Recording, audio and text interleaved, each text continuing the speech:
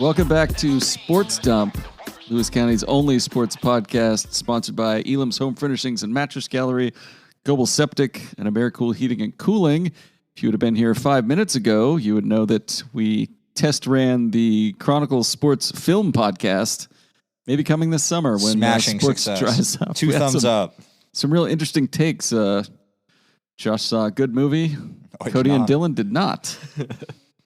Anyway, I'm Aaron Van Tile, area man Aaron Van Tile, joined tonight by Chronicle sports editor Josh Kirschenbaum, sports reporter Dylan Wilhelm, and sports clerk Kody Christian. Do you go Christian or Kristen? Kristen is the correct pronunciation, but no one really says that, so I don't really correct anyone. All right, good enough. Week 9 was honestly pretty boring, and we're just gonna skip it. Come on, it was the Swamp Cup. It's the biggest game of the year. The sound effect is already gone. We do have to talk about the lady who commented on a post about the Swamp Cup with, "Oh, wow, what a game. I wish I would have known about it." I was like, whoa. It's the same week every year for the last 100 years. Anyway, WF West won. It was their 15th straight win. They won 49-0. It should have been less close. Sounded like a banger. Yeah. Was there Centralia scored in the first 5 minutes. Got called back, didn't it? Got called back. Oh. That's too bad. Yeah. All right. So we just get into crossover. We got a lot of like playoffs and notes and things. You could say we're in the end game. We are in the end. We deleted that. Yeah. What do we replace it with? Oh, inadvertent whistle. Yeah, something like that. Yeah. All right. Some crossover previews. That's what we'll do today. The 2As are set after some Kansas tiebreaker shenanigans were necessitated in the GSHL. Friday night, Rochester is the EVCO 4, and they will play at Woodland, the GSHL champion. Rochester is back in the crossover after going 3-6. Last year. They went 5-4 to start the season. To start the season, they went 4-0. Then they lost 4 straight. Then they beat Tenino 44-30 in the Scatter Creek Showdown. See, all these rivalry games, we're just glossing over. Okay, fine, Dylan. Take 30 seconds to talk about the Scatter Creek Showdown. Was it good?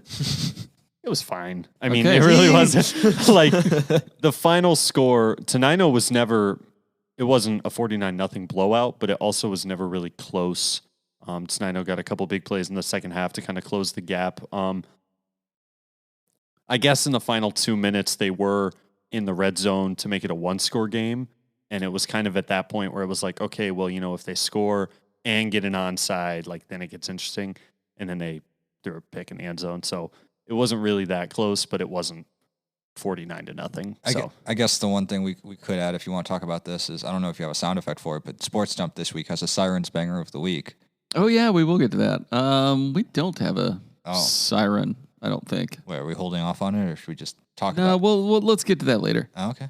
If we're quiet long enough, you'll probably hear one outside. Yeah. Yeah, it is Halloween. Let's see. The brief on Woodland. They won the GSHL for the first time since 2007. Really? They haven't won since 2007? They have not been good They had a really good quarterback 10 years ago. Yeah, exactly. They beat Ridgefield 28-21 last week for the title. They are coached by a name many locals will remember, Sean McDonald. Name that gives Napa Vine fans a nightmare still to this day. Does he make this team run out with the biggest American flag you've ever seen, too? Probably. Probably. God, I just remember the Klamath kid. Like, they'd have to get the biggest Klamath kid to carry that flag. He would struggle with it. I believe they're running very similar to the Klamath offense, too. Their quarterback just kind of does a whole lot. Okay. So, yeah, that's Friday night, Rochester at Woodland. I think that'll be a good game. I think should be. We talked about it last week, but Rochester has the offense that can kind of be hard to prepare for. And I think they're a good upset pick here. Okay. Saturday at 3 p.m., Hudson's Bay, the GSHL 3, plays at WF West, the EVCO 2. Hudson's Bay went 3-6 last year and were picked. Oh, hell yeah. There it is. What was that about? It was about my upcoming vacation. They finished near the bottom of the GSHL, but they went 7-2 this year. The brief on WF West, the Bearcats have won 4 straight since losing to Tumwater on September 29th. Their defense has only allowed 28 points in that span. They've held opponents under 15 points 5 times, but are 1-3 when they don't. They just beat Centralia 49-0 in their 15th straight Swamp Cup win. So are we going to have a vacation with Fantile segment? No. WF West, can they beat Hudson's Bay? Yeah, probably. Yeah, they're coming into it. The Swamp Cup, they missed on it a lot. I don't know if it was like one of the first cold nights of the fall. They had to have had at least 8 or 10 drops.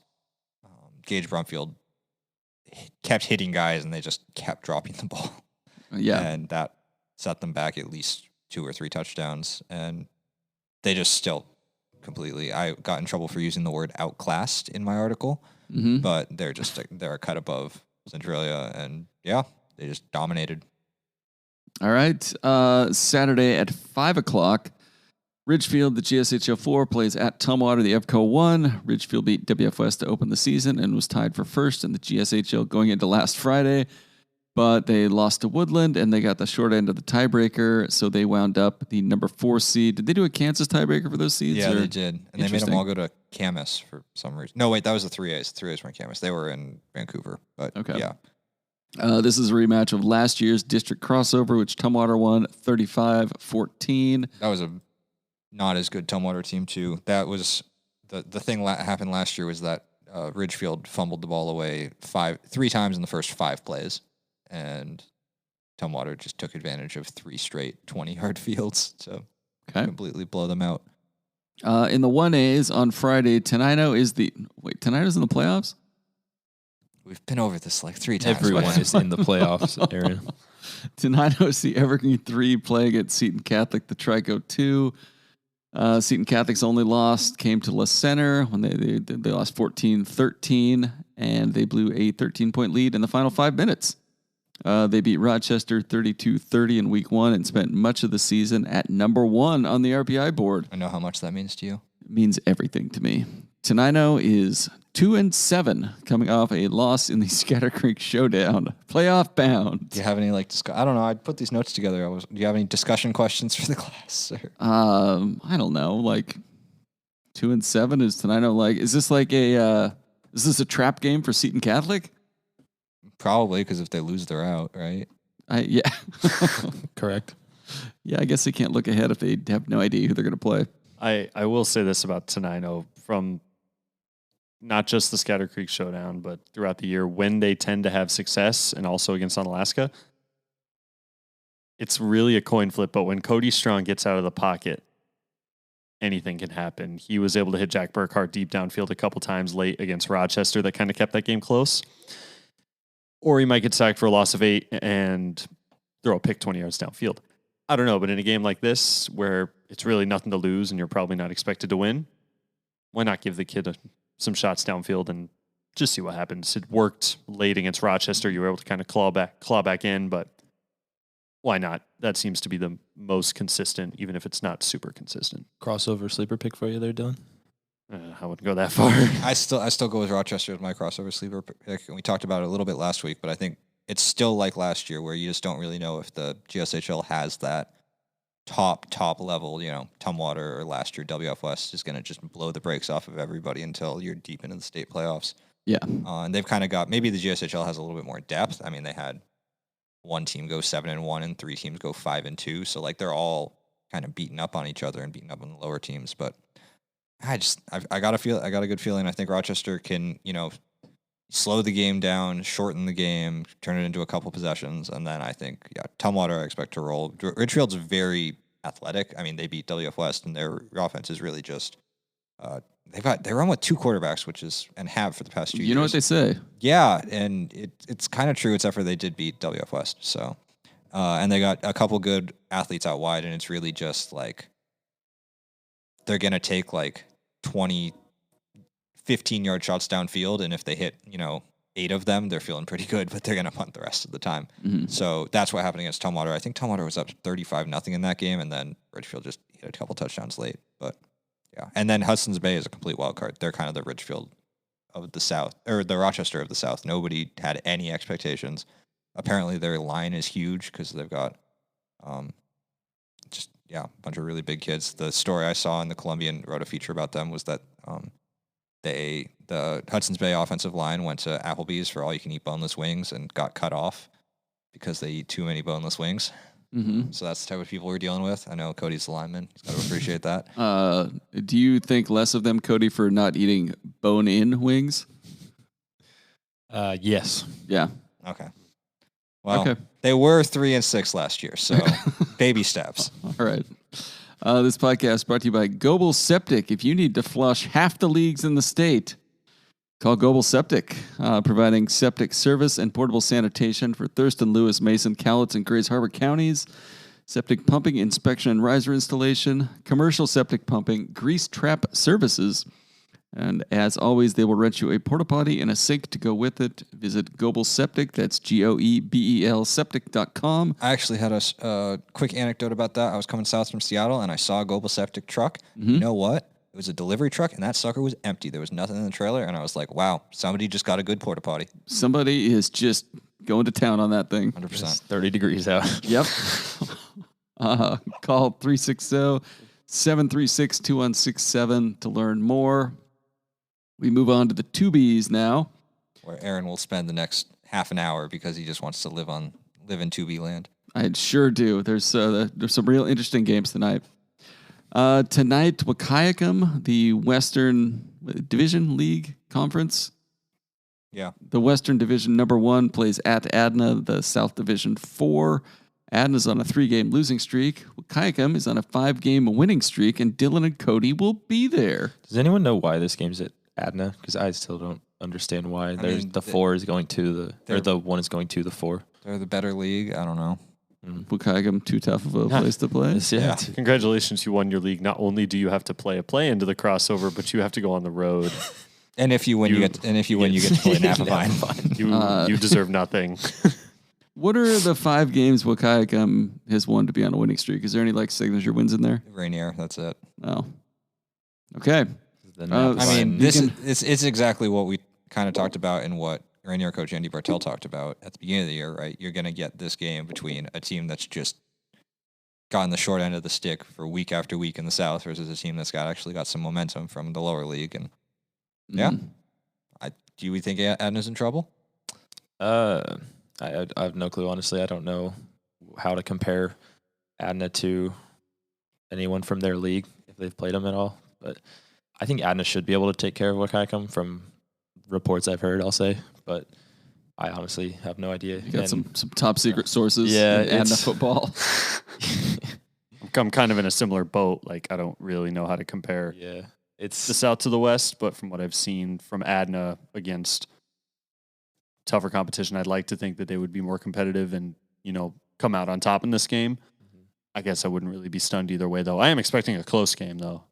I know one way or another. Last week they were down by 2 to Kalama at half, so I don't know if that's something Wahkiakum could pull off or not. Kalama also had nothing to play for, so who knows what was going on there. But yeah, this is really just Napa Vine roulette tonight.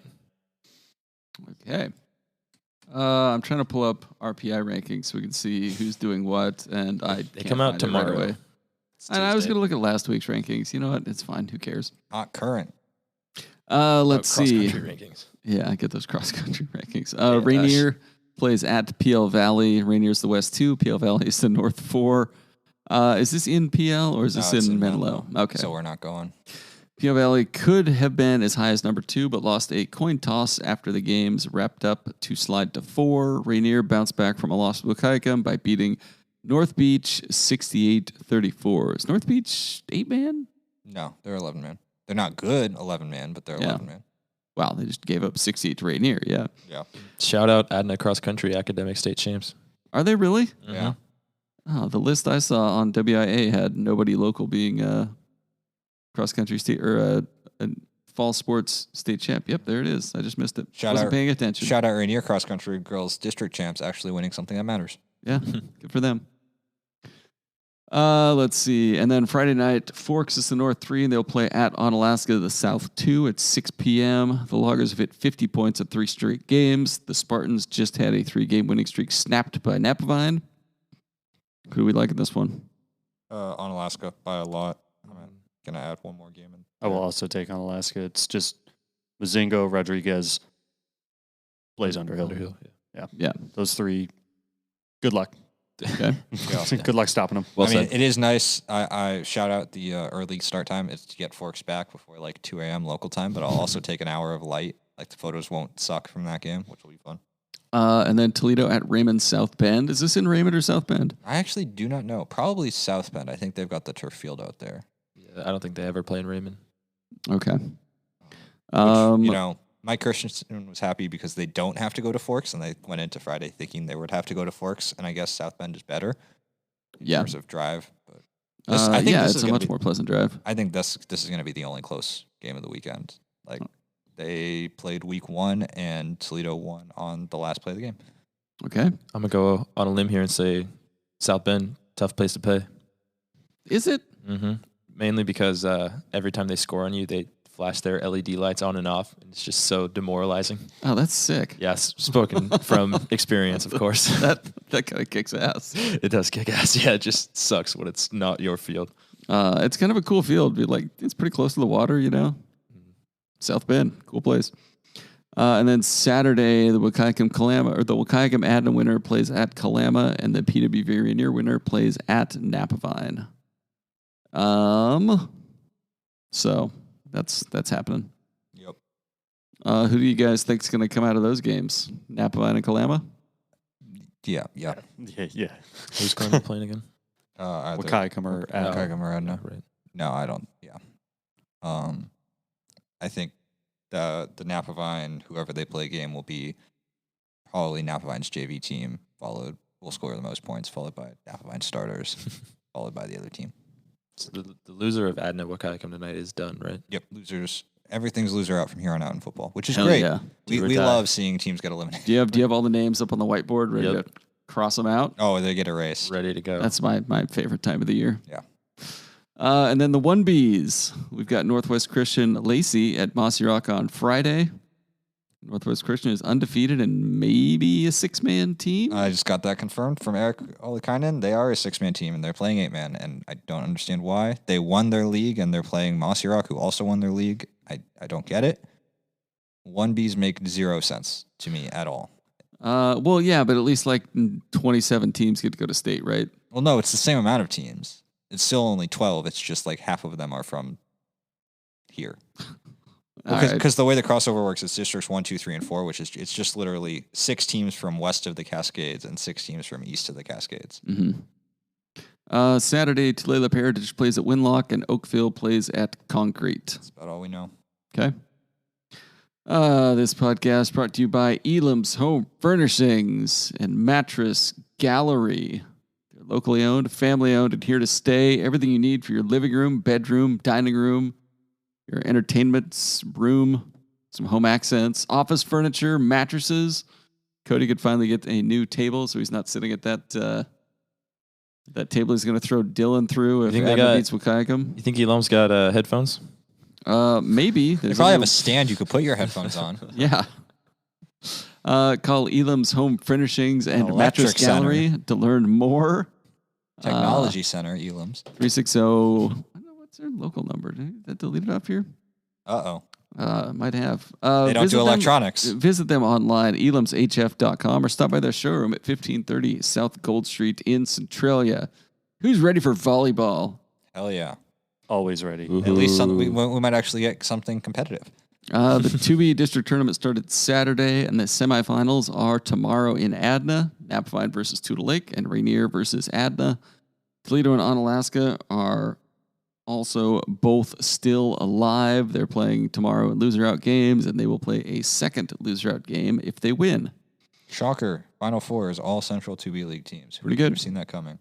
Oh, yeah, I have that in the next note. My bad. C2BL was 4-0 against Pacific teams. The Constellation semifinals, the 5th place game, 3rd place, and championship games will all be Saturday in Adna. Favorites or dark horses in a bracket that has gone entirely chalk thus far? Could we get a C2BL sweep for all the state bids? Yes. I would expect so. I'm pretty sure it is still feasible to get just C2BL teams to the losers bracket. Dylan's watched more of the top. So Dylan's going to be out at the semifinal, both the semifinals tomorrow, and I'll be out at the losers bracket games. But I mean, it seems like Adna's all that. For sure. I'd definitely say Adna's the favorite, but I'd honestly also keep an eye on Tudor Lake. It's kind of just been Adna and Abavine for most of the season until this last stretch. But Tudor Lake earlier in the season went to Napavine, took them to 5 sets, arguably should have won, but obviously when you get to the 5th set, it's kind of just a coin flip at that point.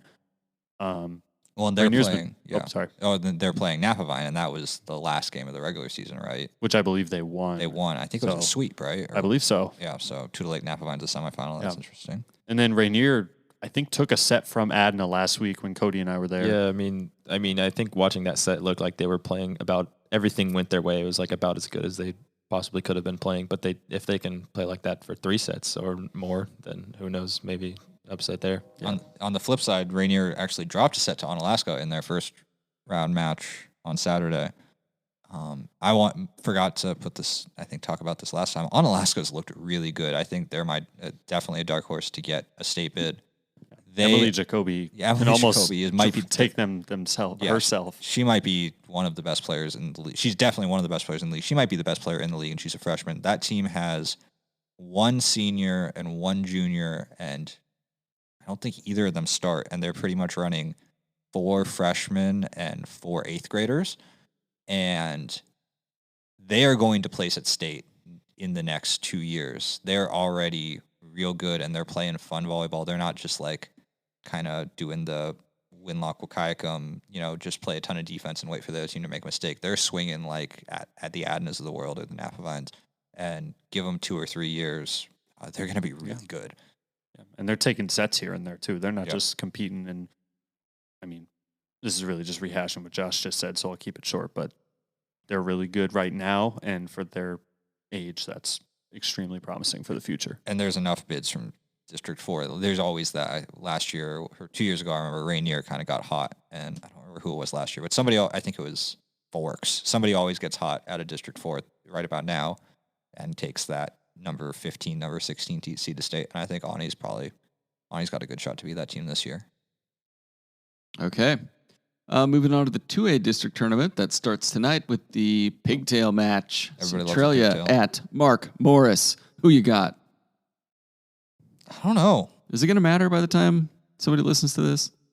It's going to be over. Oh, it starts in an hour, 40 minutes. So okay, so probably not. Well, anyway, we hope that turned out well. Everything else is going to be at Tumwater starting Thursday. First round winners playing the semifinals Saturday. First round losers play loser out games Thursday night. Are these Tumwater and Black Hills splits? It's actually Tumwater and Tumwater. They've got 2 gyms. They're running in the auxiliary gym. So it's actually going to be a cool setup. They're going to be just going down the hall from each other. First round matchups, Washougal at Tumwater. That's the GSHL 4 versus the EVCO 1. RA Long versus Black Hills. That's a 3 versus 2. Ridgefield versus Aberdeen. And Columbia River versus the Pigtail winner, which is, well, insert. know by now. Yeah, come on.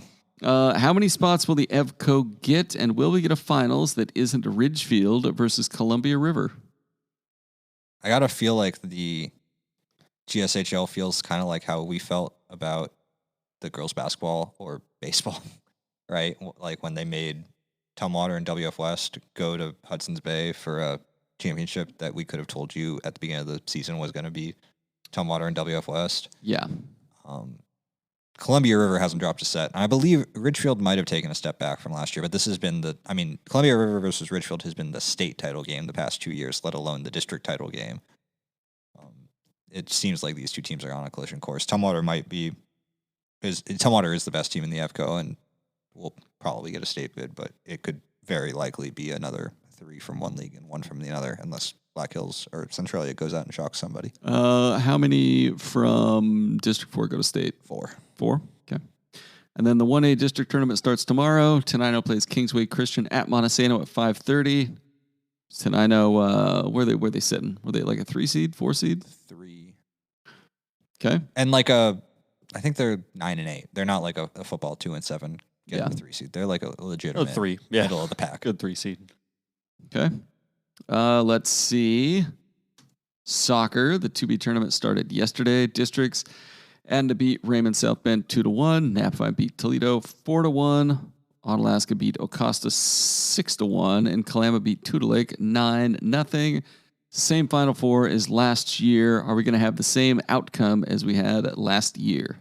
Yes. Kalama won by a lot. And that tracks.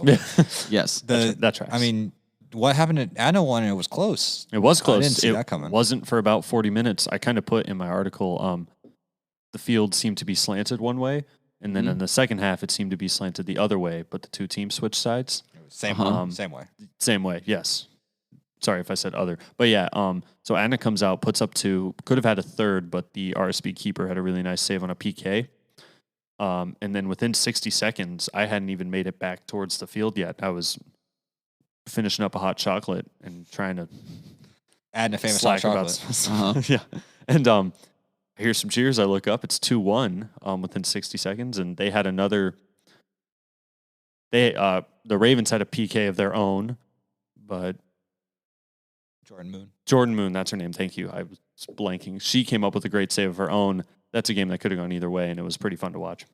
Okay. Kalama is the favorite, though, you guys think? They have not given up a goal. Yes. They would say they're the favorite then. Favorite. Who are they going to face in the finals, assuming they beat Adna, which is not a given, but... Ani Napavine's really interesting. They played early in the year, and Napavine won 1-0. They played last... So it's the same Final Four. It's different matchups. Last year, Ani beat Napavine 1-0 in the third place winner to state game. I think the interesting thing, that game especially, and probably not the Kalama Adna game, but probably the third place game, this is around the time that 2B soccer starts to get a little formulaic, where everybody just throws all their good players back and they shorten the game and basically play for penalty kicks. You're gonna you get a lot of 0-0 ties going to penalty kicks, and because the teams move their playmakers up from up top where they'll be scoring goals to central mid where they're just making sure the other team isn't scoring goals. So Napavine looked okay in possession. They had like two good moments, two good spells last night. And other than that, kind of did that where they just held back and kept possession, kept the other team out of their net. But we'll see how many chances are. Well, we won't. It's at Kalama, but the TDN will be there and they'll tell us, I guess. Yeah, of course they will. Okay. Let's see. And then the 2A started over the weekend. Centrae lost the Pigtail to Woodland 1-0. First round is tonight. Ari Long plays at WF West and Hawkinson plays at Tumwater. It's been a decade since the EVCO has sent multiple teams to state. Tumwater last year was the first EVCO team to win the district title for at least a decade. Yeah, the brackets only go back a decade. Yeah. So I actually don't know the last time that the EVCO sent multiple teams to state, but that like volleyball, it's been the Southern League has dominated. Yeah. Ari Long, WF West is an interesting matchup. That they played earlier in the season, and Ari Long won 6-0. And Kevin Schultz was like, "We're a different team now than we were then." And in 35 minutes, I shall find out. Okay. This podcast is brought to you by AmeriCool Heating and Cooling. Who's got an AmeriCool hot or cold take to share? I do, but I wanted to, before I have an AmeriCool business pitch, Kody was talking about the Global Septic Sanitation Station in the 30-degree weather. What if they paired up and had a Global Septic Sanitation Station with AmeriCool heating in it? Get them on the phone. That'd be great. Yeah, just we'll heat you up while you poo too. Exactly. Your comfort is their business. They offer full-service HVAC installation services and repair with a 100% satisfaction guarantee on everything they do. Just like us. Just like this podcast. You can call their 24/7 emergency service line, 360-669-8446. But please make sure it's an emergency. You're not just calling because you're bored. And you're like, it is guys, cold out now. It's like 66 in my house, and I was really hoping it'd be 71. I don't know that they'd rush to help you, but they probably would because they're great. Visit west.americoolonline.com to learn more. They've got a big red button up top that says request service, or another one. What happens if you hit that button, Aaron? Hit that button right now. They'll come crashing through the window. Oh, they're here. Hey, guys. AmeriCool! No, it gives you a form to fill out, and then they will reach out. Just like the Kool-Aid man. I'm cold. I'm hot. I'm cold. I'm hot. Oh, yeah. Yeah. All right. Well, who's got an AmeriCool heating and cooling hot or cold take? The number of Central 2B League all league players is too damn high. Yes. Over 200 C2BL football players made all league, and that is too many. Too many. As a former C2BL all league football player, I would have to disagree with that, Josh. Do you feel your achievement has been diminished looking at the overall numbers? That select group of 200 kids who got that same frame certificate of participation. I just want to point out. I didn't get a certificate. Oh, what did you get? Nothing. Did they only print out like 100 certificates? Yeah. My name in the Chronicle. Yeah, you probably had to be first team. I was second. So they have so many because there's so many teams. No, because each division gets its own lists.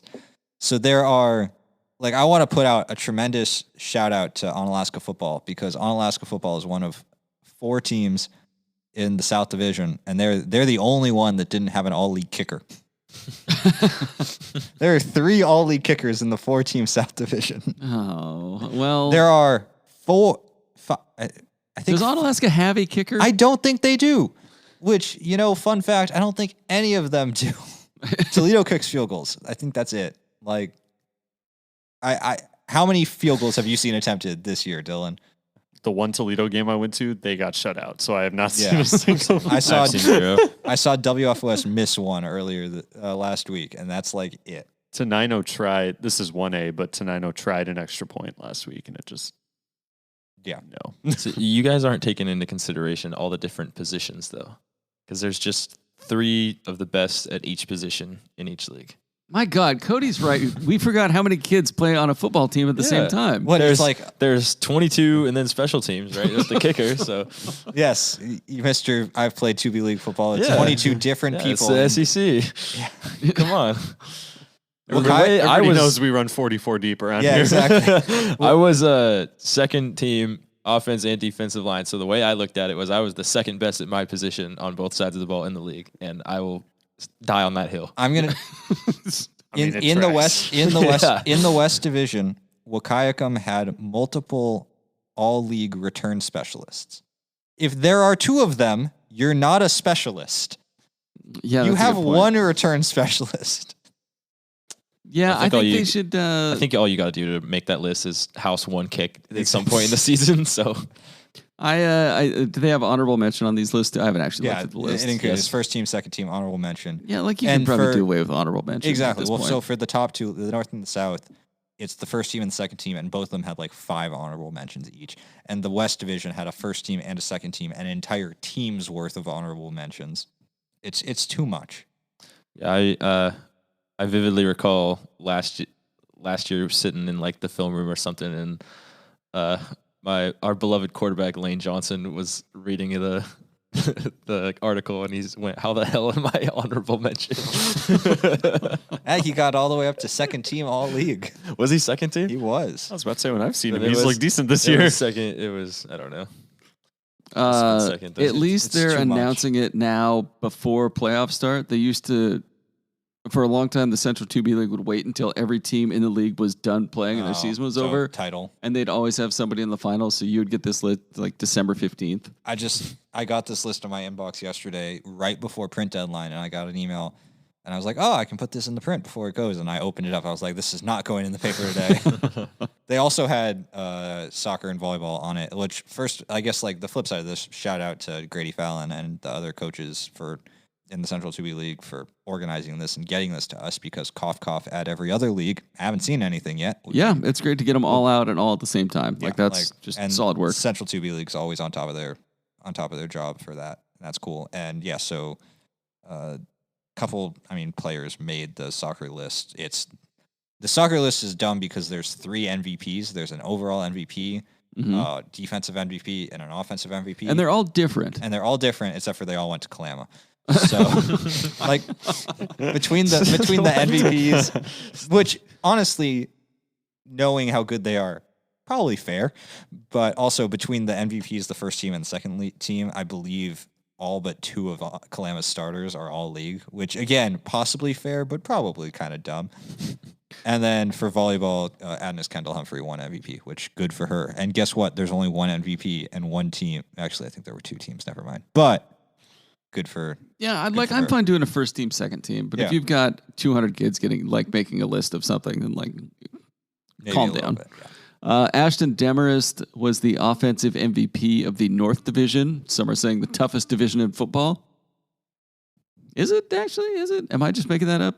I think. No, keep going. Caden Mazinga was the defensive MVP of the South Division. Some are calling that the toughest division in football. Who was the defensive MVP of the North Division? The Raymond South Bend fella? Stiegel, yeah. And then Aiden Brown from Kalama was the North offensive MVP. Well, Rodrigo Rodriguez, not the MVP. He was not.